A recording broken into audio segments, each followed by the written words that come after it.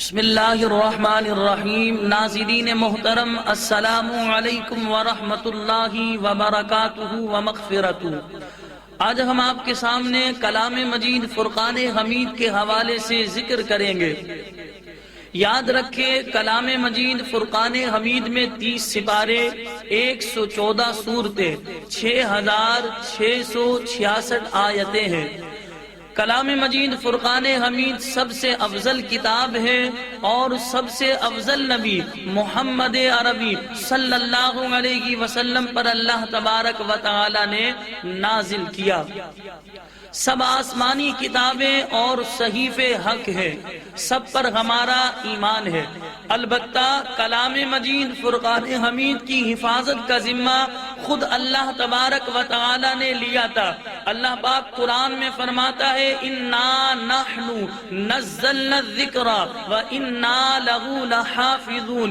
بے شک ہم اس کے نازل کرنے والے ہیں اور بے شک ہم ہی اس کے نگہبان ہیں، حفاظت کرنے والے ہیں۔ یعنی اللہ تبارک و تعالی نے صراحتاً فرمایا کہ قرآن کو نازل کرنے والے بھی ہم ہیں، قرآن کو ہم نے نازل کیا اور قرآن کی حفاظت بھی ہم ہی فرمائیں گے۔ سابقہ کتابیں امت کے سپرد کی گئیں تو لہذا ان کے شریروں نے ان میں تحریفیں کی، تبدیلی کی، لیکن کلام مجید فرقان حمید جیسا نازل ہوا تھا، یعنی اس میں تبدیلی نہیں ہوئی، کمی بیشی نہیں ہے۔ جیسا اترا تھا اللہ تبارک و تعالی نے جیسا نازل فرمایا تھا آج ہمارے پاس موجود ہے، یعنی اس میں کمی بیشی نہیں ہوئی ہوئی۔ علماء اسلام ارشاد فرماتے ہیں، اگر کوئی یہ عقیدہ رکھے گا کہ قرآن کی کچھ صورتیں جو ہے کم ہیں، کچھ سپارے کم ہیں، اسی طرح کچھ آیتیں یا ایک حرف بھی کم ہے، تو ایسا عقیدہ رکھنے والا دائرہ اسلام سے خارج ہو جائے گا۔ قرآن مجید فرقان حمید سب سے افضل کتاب ہے اور ساری کتابیں جو اللہ پاک نے نازل فرمائی وہ حق ہیں۔ قرآن بھی حق، جتنی آسمانی کتابیں نازل ہوئی وہ بھی حق۔ علماء اسلام ارشاد فرماتے ہیں اللہ ایک ہے، اللہ تبارک و تعالی نے جو کلام فرمایا وہ بھی حق ہے۔ اللہ ایک، اللہ کا کلام بھی ایک، تو اس میں افضل و مفضول کے حوالے سے کیا فرق؟ تو علماء اسلام ارشاد فرماتے ہیں جو یہاں ذکر کیا گیا کہ قرآن دیگر کتابوں کے مقابلے میں افضل ہے، اس سے مراد یہ ہے کہ بندہ قرآن کی تلاوت کرے گا، اس میں ثواب ہمارے لیے زیادہ ہے، ورنہ اللہ کے کلام میں افضل یعنی افضل تو ہے، مفضول کی گنجائش نہیں۔ اللہ کا کلام جو ہے مفضول نہیں ہو سکتا، اللہ کا کلام افضل ہی ہے، اللہ کا کلام حق ہی ہے۔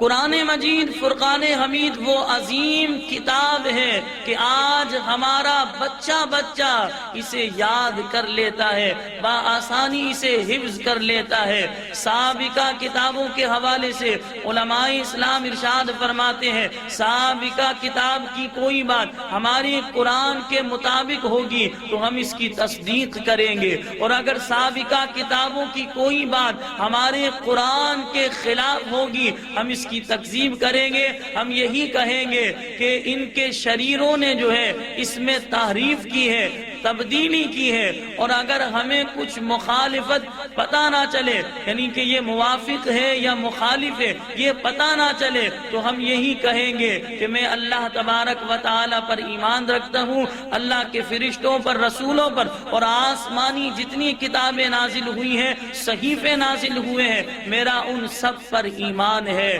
ہم سب کو چاہیے کہ ہم قرآن کی تلاوت کو اپنائیں۔ حدیث پاک میں آتا ہے، رسول پاک صلی اللہ علیہ وسلم نے ارشاد فرمایا، جس طرح لوہے کو زنگ لگ جاتا ہے، لوہے کا زنگ بٹی سے دور کیا جاتا ہے، اسی طرح انسان کے دلوں کو بھی زنگ لگ جاتا ہے۔ آپ صلی اللہ علیہ وسلم نے فرمایا، دو چیزیں ایسی ہیں کہ انسان کے دلوں کے زنگ کو دور کر سکتی ہیں، ایک موت کو کثرت سے یاد کرنا، ایک اللہ تبارک و تعالی کا ذکر کرنا۔ ناظرین محترم، قرآن کی تلاوت کو اپنا چاہیے اپنے گھروں میں قرآن پڑھیے تاکہ خیر و برکتوں کا نزول ہو۔ جہاں قرآن پڑھا جاتا ہے وہاں فرشتوں کا نزول ہوتا ہے۔ قرآن بڑی مقدس کتاب ہے، ہر حرف پر اللہ تبارک و تعالی 10 نیکیاں عطا فرماتا ہے۔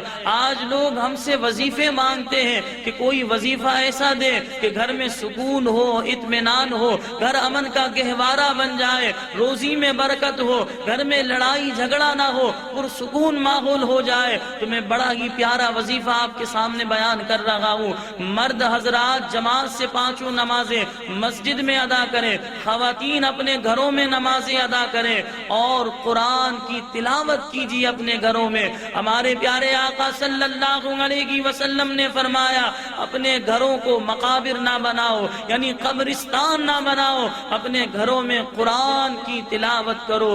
رسول پاک صلی اللہ علیہ وسلم نے ارشاد فرمایا تم میں بہترین شخص وہ ہے جو قرآن پڑھے، جو قرآن سیکھے اور دوسروں کو قرآن سکھائے۔ تو ہمیں چاہیے کہ ہم قرآن کریم فرقان حمید کی تلاوت بھی کریں، اس کا ترجمہ بھی پڑھیں اور تفسیر بھی پڑھیں اور قرآن اور حدیث کے مطابق ہم اپنی زندگی گزاریں۔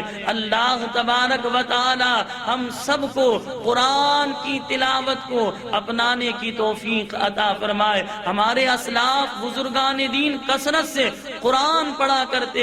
شیخ عبد القادر جیلانی رحمت اللہ تعالی علیہ کے حوالے سے آتا ہے کہ 15 سال تک آپ کا معمول تھا روزانہ رات میں ایک قرآن ختم کیا کرتے۔ خواجہ غریب نواز حسن چشتی اجمیری رحمت اللہ تعالی علیہ کے حوالے سے آتا ہے کہ دن میں آپ 2 بار قرآن ختم کیا کرتے۔ امام اعظم ابو حنیفہ رحمت اللہ تعالی علیہ کے حوالے سے آتا ہے کہ رمضان المبارک میں امام اعظم 61 مرتبہ قرآن پاک ختم کیا کرتے۔ ہم سب کو قرآن کی تلاوت کو اپنانا چاہیے۔ اللہ ہمیں قرآن کی تلاوت کرنے والا بنا دے۔ وآخر دعوانا ان الحمد للہ رب العالمین۔